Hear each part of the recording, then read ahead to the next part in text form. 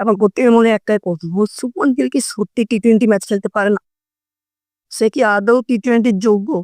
বিগত ১৬টা ইনিংসে তার একটাও কিন্তু 50 নেই। এটা দেখার বিষয়। তার থেকেও বড় কথা, সঞ্জু স্যামসনের মতন একজন প্লেয়ার যিনি ড্রেসিং রুমে বসে আছে, তাকে কিন্তু রীতিমতো অবহেলা করা হচ্ছে। তাকে সুযোগ দেওয়া হচ্ছে। চোট থাকার পরেও কিন্তু স্কোয়াড ঘোষণা হয়, সেখানে কিন্তু শুভমান গিলকে সুযোগ দেন। আমি তো বলেছিলাম যে শুধু স্পিডক নয়, তাকে কিন্তু খেলাবে, ওপেনিং ইলেভেনেও তাকে রাখবে। কারণ তার কোনো কারণে যদি সঞ্জু স্যামসন যদি রান করে দেয়, তাহলে কিন্তু শুভমান গিলের জায়গা নিয়ে সংশয় হয়ে যাবে। তখন কি করবে? মানুষ কথা তুলবে।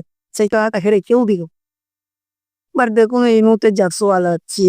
তার থেকেও বড় কথা আরো একটা নাম আছে, যে নামটা এখনো পর্যন্ত কোনো আলোচনায় হচ্ছে না।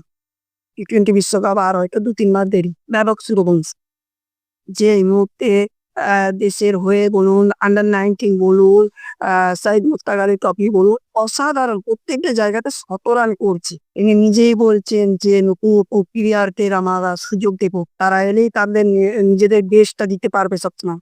তারপরও কেন শুভমন গিলকে এত সুযোগ দেওয়া হচ্ছে? আচ্ছা, সে যদি ভালো পারফরম্যান্স করতো অবশ্যই তাকে সুযোগ দেওয়া হোক। আমার কোনো সমস্যা নেই।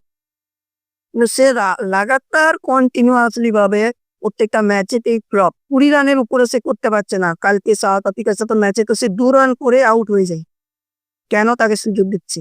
পরের টি-20 ম্যাচে কি সাউথ আফ্রিকার সাথে কি আ সঞ্জু স্যামসনকে সুযোগ দেবে? আপনার কি মনে হয়?